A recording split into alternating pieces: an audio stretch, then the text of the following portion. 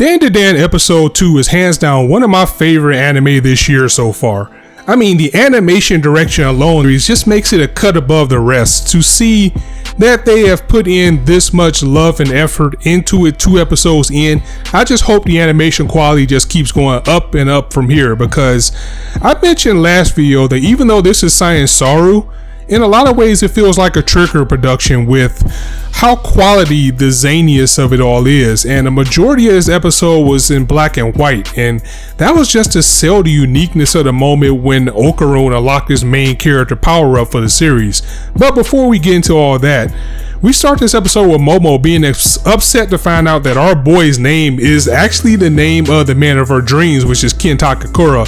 And that she literally tells this man that is not your name. From now on, because you like the occult, I'm going to call you Okarun. So if you say that name again, I will unalive you. Like, that is crazy. How are you just going to change this man's name like that? I mean, she's just like, if you say what your name is, we're gonna have a problem, which is kind of messed up, because if you look at it, if his mama named him Ken, I'm gonna call him Ken. but it may seriously change depending on how it comes out when I'm speaking. Sometimes I might say Okarun, sometimes I might say Ken. Most of the time I'm just gonna say our boy, because I'm just going on the fly. But that's neither here nor there. Ken is still possessed by the granny spirit, and as we head into our first arc of the series, and I can tell you guys from here that I'm anime only. Like, I read the manga, but I only read like maybe the first couple of chapters, maybe one more chapter. No, I don't even think I got this far, because I don't remember this happening from what I read. So I guess for Dan, from here I am anime only, and that's fine, because you need some surprises. Like, a lot of times we watch anime, haven't read the manga, and we expect to see things, and of course I'm still excited for it. That's just the type of person I am. But at the same time, it's good to like not know what's coming too, because it just makes things that more sweeter. But anyway, back to the episode. When I get into a series, I usually, if I'm interested in it, I'll go and read like the first chapter just to see how I like it. And I can tell you, I was enthralled by Dan. I was drawn into it right away. So I'm definitely into this series for the long haul. We now know that we're at least getting 12 episodes. I feel like it's probably going to be split core though. But for now, we know we are locked in for 12. So we'll try to ride this wave out as much as we can. And of course, it wouldn't be Dan without being out of pocket. I mean, that should just be like the subtext of what this series is called. It should be called Out of Pocket Dan. That's just exactly what you should call this series, because you never know what type of things you're going to get here.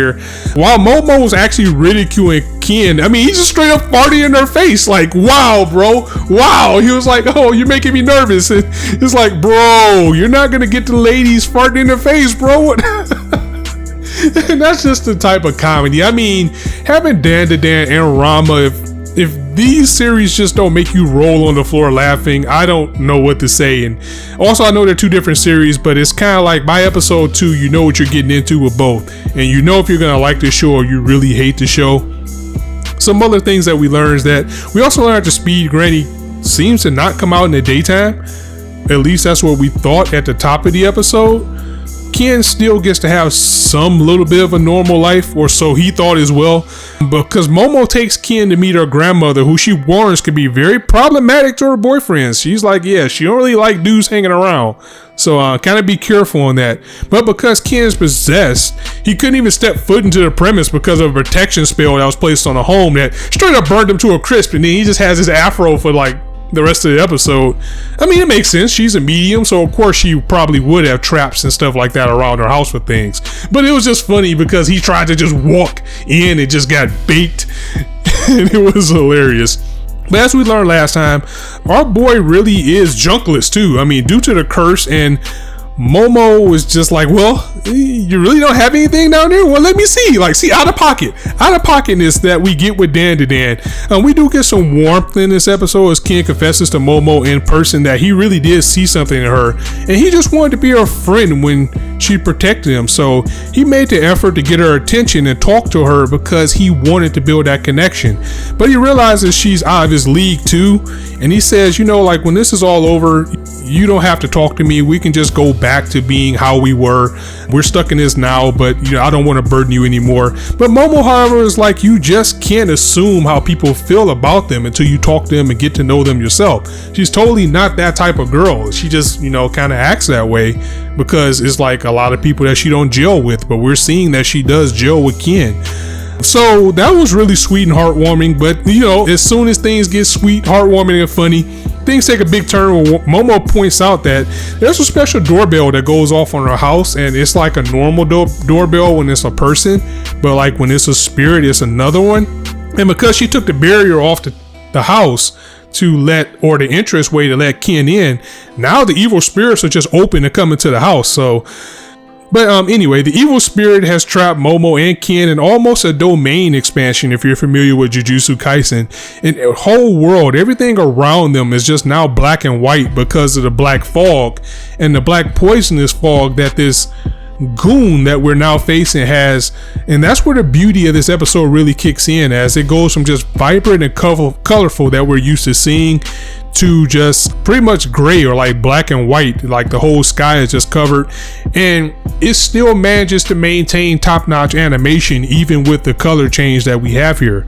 Ken also points out that even though the doorbell reacted like it was a spirit, this sumo goon that's outside is 1,000% of alien, and it's causing a fog that's poisonous, just like I mentioned. And these aliens might actually be out for revenge for what happened with the ones last episode, because they're still after Momo's banana. So there's a connection. But Ken also mentions that spirits and aliens can also share characteristics, so that kind of explains why, even though it was an alien, when it rung the doorbell, it reacted like it was a spirit. And with a little encouragement from Ken, he asks Momo to release the restraint that he has on Speed Granny, just enough to let him control the beast on a physical level, because if these things are going to be after them frequently, then he's going to be able to protect himself. So with that being done, he was able to transform to this very cool looking spirit that is brimming with power, but also very depressed and brooding. And I think this has to be a dig at edgy protagonists, especially with how it looks. Like, it looks kind of like Vash Stampede. It just kind of looks like edgy, and the way he's talking is all like, yeah, I'm gonna take this thing out. I know I'm super powerful, but I kind of just want to chill. So that was funny. It's just like, that's the type of humor that I love about this series that we're getting. So he does start to combat the alien, and oh my god, did the animation go in. I'll say it again, this is one of the most aesthetically pleasing shows this season so far, and probably of the year if it keeps up the quality that it has. Momo is also running support while he's fighting the alien, while Ken is on the offensive. While they're doing this, she realizes that this is a sumo alien. So like with sumo rules, if they touch the ground, they lose. So being quick on her feet, she thought that maybe if we can get it to, touch the ground, maybe we can defeat it that way, and game will be over. But they also need to hurry because they are also being poisoned. Momo gets her moment to shine this episode. Just her strength, like the aliens just hitting her repeatedly, but as she's getting hit, each time she's getting hit, the alien's actually breaking the barrier. So now she got it to the point where she can use the talisman and vanish the alien and burn it to a crisp. And once the alien is defeated, by her thinking on her toes, getting it to the point where she can use the talisman again, and Ken actually using his physical prowess as much as he can, everything goes back to normal. It goes back to its colorful self that we're used to seeing with this series. And overall, just the whole sequence was fantastic with how well they switched and transitioned between things. Momo does pass out from exhaustion after all this. Once she passes out, now there's nothing to stop Ken from being cursed. So the curse is out of control. So what I was saying at the beginning of the episode, where it was mentioned that, the alien doesn't come out or the Speed Granny doesn't come out at night, well, it looks like now we have a problem because it is running loose and Momo's not there to stop it. So that was the episode. Again, another fantastic outing from Dadan.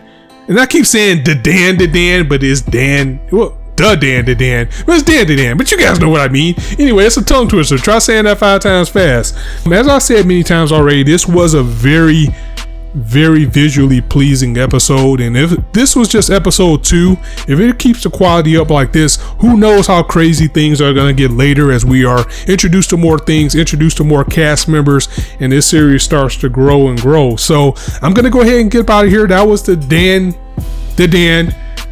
recap for this week. Make sure I said it slow this time. But let me know what you guys thought about this episode in the comments below, and I'll catch you guys next week. Also, check me out on Twitch, and I'll be posting them here on YouTube as well, as I'll also be reacting to Ranma 1/2 live. Also, we got Gundam coming this week. Gundam Requiem of Vengeance will be on Netflix, I believe, Thursday. So we'll have that coming for you guys as well. So as I always say, you guys can be anywhere on YouTube right now, but you chose to listen to me. I really appreciate that, so thanks for stopping by. On that note, it's your boy Scott signing out. See you soon.